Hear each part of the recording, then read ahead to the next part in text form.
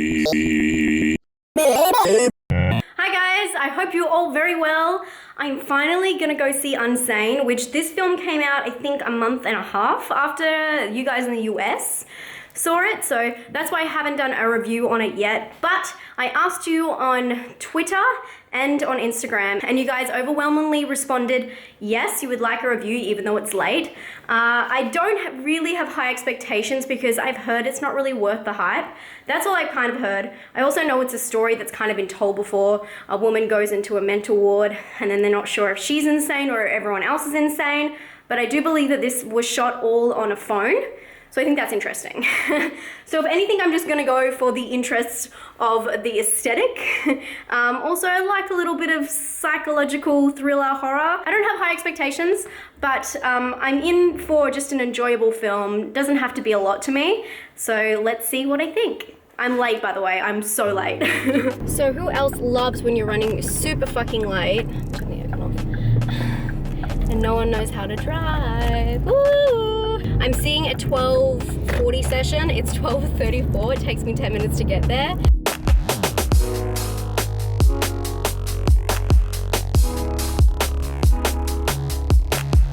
It is 12:43.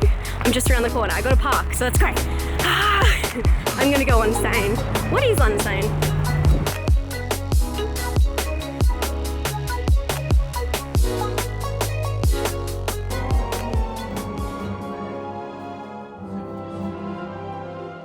Hi guys, I just finished watching UNSANE.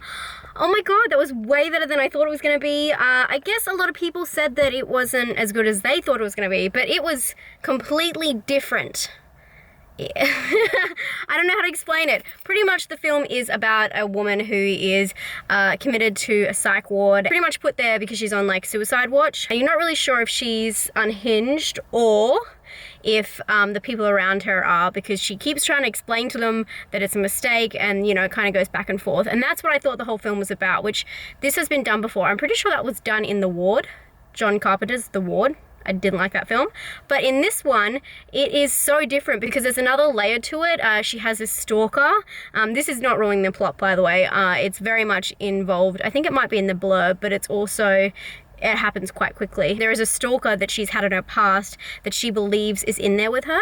And so that is what she's dealing with. She's kind of dealing with the trauma of this stalking situation, and you're not sure whether it's actually happening or if it's not happening. You do find out the truth quite fast, but it is such a roller coaster, and the emotional like relationships in this film are just what sells it for me. There's this fucking conversation in this padded cell, and I'm not gonna give away anything, but it is intense and it is fucking everything.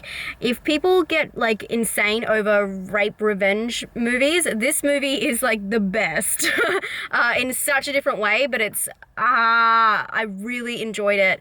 It was something so different and so thrilling for me. Yes, the camera work isn't beautiful, but it is all shot on an iPhone 7, I believe, plus 7 plus, and it was shot in 10 days. And I feel like it really suited the style because obviously it's a psych ward. It's very gritty. The colors are just like yellow and green. It's very much uneasy. It gives you definitely an uneasy, gritty feeling. So I think that that matched it perfectly, and the graininess and the quality is just not all there, which I really liked. And also the sound design actually really caught me off guard in a good way. It has a lot of really fun, like a score in the background that kind of just uses like weird poppy tones, not pop, but like actual pops. And I just found it was fascinating, and it was just like such a different vibe to everything else I have seen lately.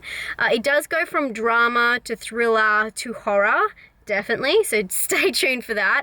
But it is a film that I would recommend seeing it in cinema, just because the effect of it is just, it's all about the story, and although the way it's shot and the sound really works well with that kind of raw, stripped back story, seeing it in the cinema does like amplify the mood for me. I really thought the acting was phenomenal. Claire Foy, she was amazing, and also Juno Temple.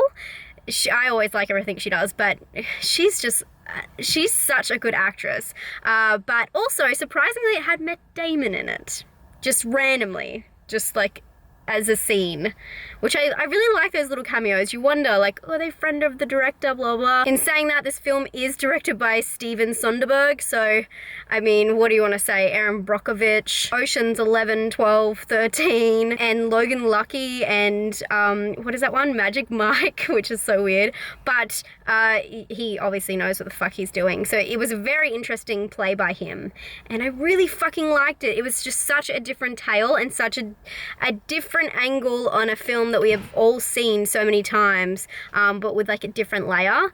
I really liked the characters. I thought it was such an interesting ride, and it was very much as you would think.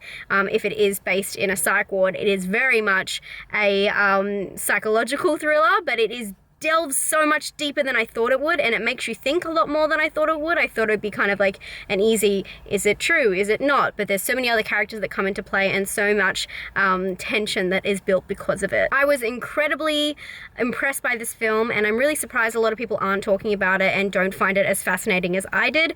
If you're into psychological thrillers, horrors, this is definitely one for you. Try and check it out. It's probably not in the cinemas anymore where you are, but if it is, definitely give it a go, because I don't know why people aren't more impressed. I think this is one of the better horror movies I've seen this year.